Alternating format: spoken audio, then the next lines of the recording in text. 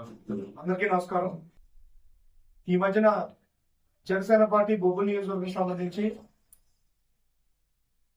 బొబ్బుల్ నియోజకవర్గంలో జనసేన పార్టీ తాలూకా ప్రస్థానం గురించి కానీ, అలాగే మా కార్యక్రమాల గురించి కానీ, మా పనితీరు గురించి కానీ కొంతమంది రాజకీయ నిరుద్యోగులు పొడబొక్కులు కొంతమంది ఏదో ప్రెస్ మీట్ పెట్టి ఏవో కొన్ని అవాకులు చవాకులు పేరడం జరిగింది.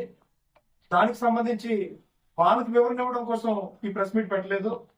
మీడియా ముఖంగా మీడియా మిత్రులందరూ కూడా ఇన్ని రోజులు ఇన్ని సంవత్సరాలు మేము చేసిన ప్రతి కార్యక్రమానికి ప్రతి పోరాటానికి మీ వంతు మద్దతుగా మీడియా కవరేజ్ ఇవ్వడంతో పాటుగా మీ సంపూర్ణ సహాయ సహకారాన్ని మాకు అందించారు. అదేవిధంగా ఈరోజు మీడియా ముఖంగా మీడియా ద్వారాగా మా కార్యకర్తలకు కానీ, అలాగే బొబ్బుల్ నియోజకవర్గ ప్రజలు కానీ మమ్మల్ని ఎంతో అంటే బ్యాక్ ఎండ్ లో ఎంతో సపోర్ట్ చేస్తున్నా, మానసికంగా మాకు ఎంతో మద్దతు ఇస్తున్న శ్రేయోభిలాషులు చాలా మందికి వివరణ ఇవ్వాల్సిన బాధ్యత బొబ్బుల్ నియోజకవర్గం జనసేన పార్టీ తరఫున మాకుంది. కాబట్టి మేము ఈరోజు ఈ ప్రెస్ మీట్ నిర్వహించడం జరుగుతుంది. కొంతమంది రాజకీయ పన్నాగాల్లో భాగంగా బొబ్బుల్ నియోజకవర్గం కాకుండా చుట్టుపక్కల భారతపురం కానీ, కురుపాం కానీ, ఇటు సాలూరు కానీ ఏ మండలం వెళ్ళినా బాబు పాలూరు అనే పేరు వినపడడంతో వాడు జీర్ణించుకోలేక రాజకీయంగా ఎదుర్కోవడం చేతకాక, నాలాగా కష్టపడి పనిచేయడం చేతకాక ఏవో అవాకులు చవాకులు పేరుతున్నారు, అసత్య ప్రచారాలు చేస్తున్నారు. వాటన్నిటికీ సమాధానం చెప్పాల్సిన బాధ్యత, అలాగే ఇన్ని రోజులు కూడా ఏ ఒక్కరికి కూడా ఇక్కడ ఒక్క పైసా కూడా పంచకుండా ఎవరు డబ్బులు పెట్టుకొని కార్యక్రమాలు చేస్తున్నారు. జనసేన పార్టీ జన సైనికులు అంటే ఎగిసిపడే కెరటాలు. అంటే పడి ఉంటున్నారని చెప్పి నోటికొచ్చినట్టు మాట్లాడితే ఏ జన సైనికుడు ఊరుకోడు, ఆ జన సైనికుడి తరఫున ఈ బాబు పాడు ఊరుకోడు. అందరికీ మేము చెప్తున్నాం, మేము ఎగిసిపడే కెరటాలు మీ పాదాలకు వచ్చి తాగుతున్నాం అంటే, ఊరటనిస్తున్నాం అంటే అది మా మంచితనం, మా గొప్పతనం, మా నాయకుడు చెప్పిన విధానాన్ని బట్టి, ఆయన తీసుకున్న నిర్ణయాన్ని బట్టి మేము గౌరవించి ముందుకెళ్తున్నాం. అన్ని ఏ పార్టీతో కూడా గొడవలు పెట్టుకోకండి, ప్రజా సమస్య ఉంటే తప్పకుండా పోరాటం చేయండి అని చెప్పి మా నాయకుడు నేర్పించిన దాన్ని మేము ఎన్నో ఆచరించి పార్టీని ఈ విధంగా ఈ స్థాయికి మేము తీసుకొచ్చాం. కానీ కొంతమంది కొన్ని అవాకులు చవాకులు పేరుతున్నారు. వాటికి సమాధానం చెప్పాల్సిన బాధ్యత మాకుంది. కాబట్టి ఎవరో అంటున్నారు బాబు పాలూరు అనే వ్యక్తికి ఏ పదవి లేదని. జనసేన పార్టీ శ్రీ పవన్ కళ్యాణ్ గారు 2021లోనే నన్ను జనసేన పార్టీ రాష్ట్ర కార్యక్రమాల నిర్వహణ కమిటీ కార్యదర్శిగా నన్ను నియమించడం జరిగింది. ఈ రోజుకి కూడా నేను రాష్ట్ర కార్యక్రమాల నిర్వహణ కమిటీలో నేను కీలకంగా వ్యవహరించడం జరుగుతుంది. అలాగే పనిచేసే వాడికి పదవితో పని లేదు, అయినప్పటికీ కూడా పదవి అనేది ఒక ప్రచారంలో తీసుకొచ్చారు. కాబట్టి దానికి సమాధానం చెప్పాల్సిన బాధ్యత నాకు ఉంది. కాబట్టి నేను చెప్తున్నాను, నిన్న కాక మొన్న తాడేపల్లిగూడెంలో జరిగిన సభకు కూడా నేను ఆర్గనైజింగ్ కమిటీలో ఒక మెంబర్ గా ఉన్నాను. కానీ ఇవన్నీ చూడకుండా ఇవి మీడియా మిత్రులకు తెలుసు, ప్రజలకు తెలుసు, మా జన సైనికులకు తెలుసు, నాయకత్వానికి తెలుసు. అయినా కూడా ప్రజల్ని తప్పుదో పట్టించాలి, అలాగే మా మిత్రపక్షాన్ని తప్పుదో పట్టించాలనే ఒకే ఒక కుళ్ళు కుట్ర కుతంత్రాలతో ఇలాంటి పనులన్నీ చేస్తున్నారు. కొంతమంది వాళ్ళ స్వార్థ ప్రయోజనాల కోసం ఆలోచిస్తున్నారు. కానీ మేము మా పార్టీ ప్రయోజనాలతో పాటు కూటమి ప్రయోజనాలు కూడా ఆలోచిస్తున్నాం. అలాగే ఈ ప్రాంత ప్రయోజనాల కోసం ఆలోచిస్తున్నాం. అసలు మా పోటాలకి రాజకీయాల్లోకి రావాల్సిన అవసరం లేదు. మేము సామాన్యులే, మా దగ్గర డబ్బులు లేవు, మా దగ్గర 100 ఎకరాల ఆస్తులు లేవు. అయినా కూడా ఇంత బలంగా నిలదొక్కని మా సొంత డబ్బులు ఖర్చు పెట్టుకుని జనసేన పార్టీ కోసం పనిచేస్తున్నాం అంటే పవన్ కళ్యాణ్ గారు ఇచ్చిన మాకు స్ఫూర్తి. పవన్ కళ్యాణ్ గారు మాకు ఒక దిక్సూచన కనిపించారు. ఈ ప్రాంతం వెనుకబడతానికి గాని, నిరుద్యోగానికి గాని, ప్రతి ఒక్క అంశంలో పేదరికంలో గాని, ప్రతి ఒక్క దానిలో కూడా మనం ముందడుగు వేయాలంటే, ఈ వ్యవస్థలో అలాగే రాజకీయాల్లో మార్పు రావాలంటే పవన్ కళ్యాణ్ గారి ద్వారాగా సాధ్యమవుతుందని చెప్పి మేము 100% నమ్మాం. కాబట్టి ఈ 10 ఏళ్లుగా జనసేన పార్టీ తాలూకా ప్రయాణాన్ని, జనసేన పార్టీ తాలూకా నిర్మాణాన్ని మేము చేస్తూ వస్తున్నాం. మాబోటి కష్టపడి మనస్తత్వం ఉన్న జన సైనికులు గాని, నాయకత్వాలు గాని వీలైతే సహకరించాలి. సమాజం సహకరిస్తుంది, కానీ సమాజంలో ఉన్న కొన్ని చీడ పురుగులు మాత్రం జనసేన పార్టీని తొక్కేయాలి. జనసేన పార్టీని ఎవరైతే నిర్మిస్తున్నారో ఆ నిర్మాణం చేసి నిర్మాతల్ని తొక్కేయాలనే ప్రయత్నంలో ఉన్నారని చెప్పి మాకు ఈ మధ్యనే తెలుస్తుంది. తప్పనిసరిగా చెప్తున్నాం, మేము ఎగిసిపడే కెరటాలని మేము పాదాల దగ్గరికి వచ్చి ఎలా అయితే ఊరటనిస్తామో మమ్మల్ని రెచ్చగొడితే మాకు పడ్డమే కాదు, నెగటం కూడా తెలుసు, ముంచేయడం కూడా తెలుసు. దయచేసి అర్థం చేసుకోండి. మేము కూటమి ప్రయోజనాలను దృష్టిలో పెట్టుకొని మేము పనిచేస్తున్నాం. ఇక్కడ స్థానికంగా ఉన్న బేబీ నాయక్ గారు, మేము వారం రోజుల కిందట మేము కొన్ని మాట్లాడుకోవడం జరిగింది, కొన్ని చర్చలు జరిగాయి. ఆ చర్చలో భాగంగా ఆయన నాకు ఒక పని అప్పచెప్పడం జరిగింది. ఈ వారం రోజుల్లో కూడా మేము ఆ పనిలో ఉంటే దీన్ని కూడా తప్పుడు ప్రచారం చేసే బాధ్యత కొంతమంది తీసుకున్నారు. ఈ రోజు వరకు కూడా పార్టీ పెట్టిన దగ్గర నుంచి ఈ రోజు వరకు కూడా ఎవరి దగ్గర నుంచి కూడా నయా పైసా కూడా తీసుకోకుండా పనిచేస్తున్న పార్టీ జనసేన పార్టీ, మా నాయకత్వం. ఏ కార్యకర్తకు కూడా 100 రూపాయలు ఇచ్చి 200 ఇచ్చి మంది ఇచ్చి ఇక్కడ తీసుకురావడం లేదు. ప్రతి ఒక్కరు కూడా నిండైన మనసుతో, మా మనసు నిండా, మా గుండెల నిండా జనసేన జెండా నింపుకొని మేము పార్టీ కోసం పనిచేస్తున్నాం, ఈ సమాజం కోసం పనిచేస్తున్నాం. ఇంకో మాట అన్నారు ఎవరో, తండ్రి ఒక పార్టీ కొడుకో పార్టీ అని చెప్పి. నా తండ్రి వరకు వచ్చారు కాబట్టి నేను ఇక్కడ సమాధానం చెప్పాలి. షుగర్ ఫ్యాక్టరీ పోరాట విషయంలో, షుగర్ ఫ్యాక్టరీ పోరాట విషయంలో అంత పోరాటం చేస్తున్నప్పుడు నా కుటుంబం మీదకి దాడి జరిగింది. నా తండ్రి ఒక పార్టీ, నేను ఒక పార్టీ అయితే నా తండ్రి మీదకి, నా కుటుంబం మీదకి దాడికి ఎందుకు వస్తారని చెప్పి ఒకసారి ఆలోచన చేయండి. ఆ రోజు ఇదే మీడియా మిత్రులందరూ కూడా మాకు అండగా నిలబడ్డారు కాబట్టి మాకు చెడు జరగలేదు. ఆ రోజు మమ్మల్ని ఏదైనా చేయాలని చెప్పి కుట్ర పన్నారు అధికార పార్టీ. కానీ మీడియా మిత్రుల సహకారంతో, ఎక్కడికక్కడ లైవ్ ఇవ్వడంతో, ఎక్కడికక్కడ మీడియా మిత్రులు అక్కడ అందుబాటులో ఉండడంతో మాకు కీడు జరగకుండా మేలే జరిగింది. ఆ రోజు నా కుటుంబాన్ని రోడ్డు మీద తీసుకొచ్చారు. ఆ రోజు ఎందుకోసం భరించాం? ఈ సమాజం కోసం భరించాం. షుగర్ ఫ్యాక్టరీ వల్ల నష్టపోయిన రైతుల కోసం మేము భరించాం. షుగర్ ఫ్యాక్టరీ వల్ల నష్టపోయిన కార్మికుల కోసం మేము భరించాం. ఈ ప్రాంతంలో ఉన్న ఏకైక పరిశ్రమని తరిమేస్తున్నారు, ఇక్కడ లేకుండా చేస్తున్నారనే బాధతో మీరంతా భరించాం. బాధ్యతతో అన్ని భరిస్తున్నామని చెప్పి మమ్మల్ని బాధ పెడతామంటే గనక ఒకసారి మీరే ఆత్మ పరిశీలన చేసుకోవాలని చెప్పి నేను ఈ సందర్భంగా నేను చెప్తున్నాను.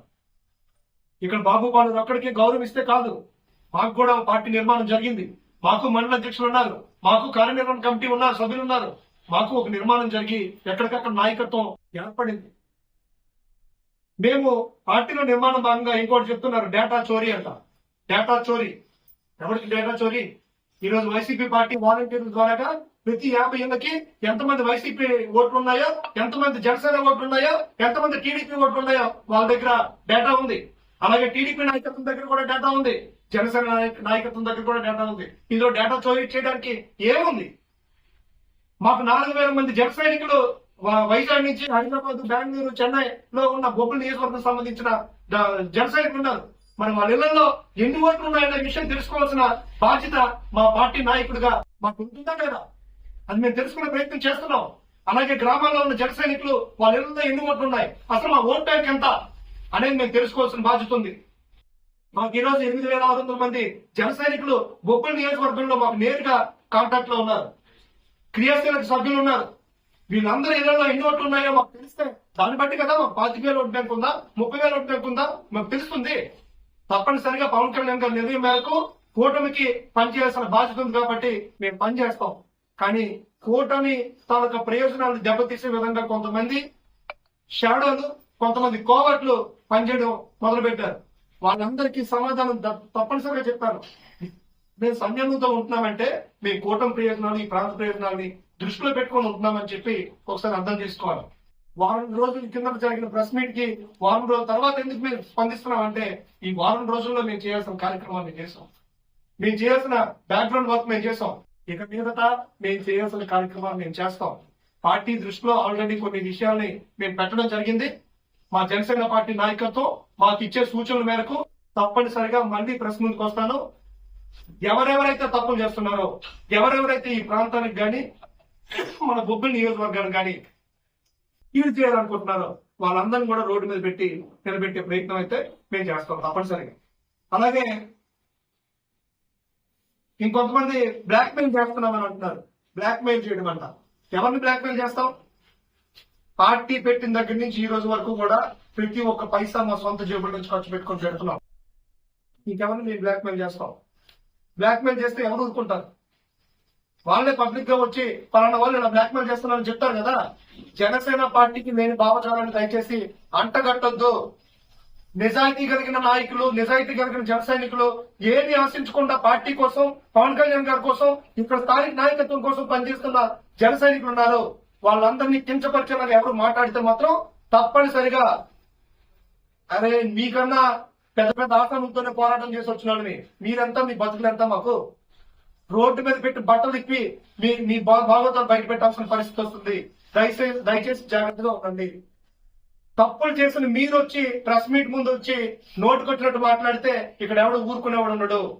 నిజాయితీగా ఉంటున్నాం కదా, బాధ్యతతో ఉంటున్నాం కదా, పార్టీ మీద మమకారంతో ఉంటున్నాం కదా అని చెప్పి నోటుకొచ్చినట్టు మాట్లాడితే ఈ ప్రాంత ప్రయోజనాల కోసం అన్ని భరిస్తామని చెప్పి మీరు అనుకుంటే తప్పనిసరిగా మా నుంచి మీకు తీవ్రమైన ప్రతిఘటన ఉంటుంది. దయచేసి అది గుర్తుపెట్టుకోండి. మాకు జనసేన పార్టీ అనేది మాకు first and prime most important. మా జనసేన పార్టీ నిర్మాణం, మా జనసేన పార్టీ కేడర్ ని కాపాడుకోవాల్సిన బాధ్యత పవన్ కళ్యాణ్ గారు మాకు ఇచ్చారు కాబట్టి మేము కాపాడుకుని తీరుతాం. మా పార్టీ నిర్మాణం మేము చేసి తీరుతాం. అది చేస్తూనే మా మిత్రపక్షమైన టీడీపీ అభ్యర్థికి శ్రీ బేబీ నాయుడు గారికి మేము పనిచేస్తాం అని పొత్తు ప్రకటించిన దగ్గర నుంచి నేను ఒకే మాట చెప్తున్నాను. అదే మాట మీద ఉన్నాం ఈ రోజుకి కూడా. తప్పనిసరిగా మా పార్టీ నుంచి వచ్చే సూచనల మేరకు మేము మళ్ళీ ప్రెస్ మీట్ పెడతాం. ఆ ప్రెస్ మీట్ లో ఎక్కడ ఏ తప్పులు జరిగాయి, ఎవరు ఏం చేస్తున్నారు, ఈ బొబ్బిలి నియోజకవర్గానికి ఎవరు తిరోగమనాలని చెప్పి మీ అందరికీ కూడా తెలియజేస్తాం. ప్రజలందరికీ తెలియజెప్పాల్సిన బాధ్యత ఉంది. బాబు పాలూరు లేకపోతే మా పక్కన ఉన్న మా జన సైనికులు అందరూ కూడా ఈ నాయకత్వం అంతా కూడా ఏదో ఆషామాషిగా రాజకీయాలు చేయడానికి ఇక్కడ రాలా. మేము సొంతంగా మాకు పర్సనల్ గా కోల్పోయిన జీవితాలు చాలా ఉన్నాయి. మా కళ్ళారా చూసిన బాధలు ఎన్నో ఉన్నాయి. ఈ ప్రాంతం వెనుకబడతానికి కారకులు ఎవరో మా కళ్ళారా కనిపిస్తున్నారు. అలాగే ఈ ప్రాంత అభివృద్ధి కోసం ఎవరైతే ఏ నాయకత్వం అయితే బాగుంటుందో మాకు తెలుసు. కాబట్టే మేము బాధ్యతతో ఇన్నాళ్ళు పనిచేసాం. సంస్థాగతంగా బలమైన నిర్మాణం చేసున్నాం. ఏ ఊరెళ్ళినా, ఏ గ్రామం వెళ్ళినా, ఏ వాడెళ్ళినా జన సైనికులు కుటుంబాలు అక్కడ సంసిద్ధంగా ఉన్నాయి. పవన్ కళ్యాణ్ గారి ఆశయాల్ని నిలబెట్టడం కోసం మేము సంసిద్ధంగా ఉన్నాం. తప్పనిసరిగా జనసేన పార్టీ శ్రీ పవన్ కళ్యాణ్ గారు ఏదైతే చెప్తారో అవి పాటించడానికి మేము సిద్ధంగానే ఉన్నాం. దయచేసి మీరు అర్థం చేసుకోండి. అలాగే అధికార పార్టీ నుంచి కానీ లేకపోతే మిగతా పక్షాలు కానీ లేకపోతే ఎవరైనా కూడా జనసేన పార్టీకి సంబంధించి ఏవైనా అవమానాలున్నా, అనుమానాలున్నా దయచేసి మాకు కాంటాక్ట్ అవ్వండి.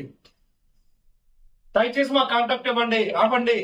మేము నేరుగా మీడియా ముఖంగా సమాధానం చెప్పడానికి సిద్ధంగా ఉన్నాం. ఎందుకంటే మేము ఎక్కడ కూడా ప్రలోభాలకు లొంగే మనుషులం కాదు, తప్పు చేసే మనుషులం కాదు. ఈ ప్రాంత ప్రయోజనాల కోసం మా ప్రాంతం మీద మాకున్న అభిమానంతో మేము ఇక్కడ ఉన్నాం. ఇంకొంతమంది అంటున్నారు నాన్ లోకల్ అని. ఎవడరా లోకల్, నాన్ లోకల్? మీరు ఇలా మాట్లాడితేనే 3 సంవత్సరాల కింద నేను ఇక్కడికి వచ్చా. నేను బొబ్బుల్లో పుట్టాను, బొబ్బుల్లో పెరిగాను, బొబ్బుల్లో చదువుకున్నాను, బొబ్బుల్లో నాకు అనుబంధం ఉంది, బొబ్బుల్లో నా స్నేహితులు ఉన్నారు, నా కుటుంబాలు ఉన్నాయి.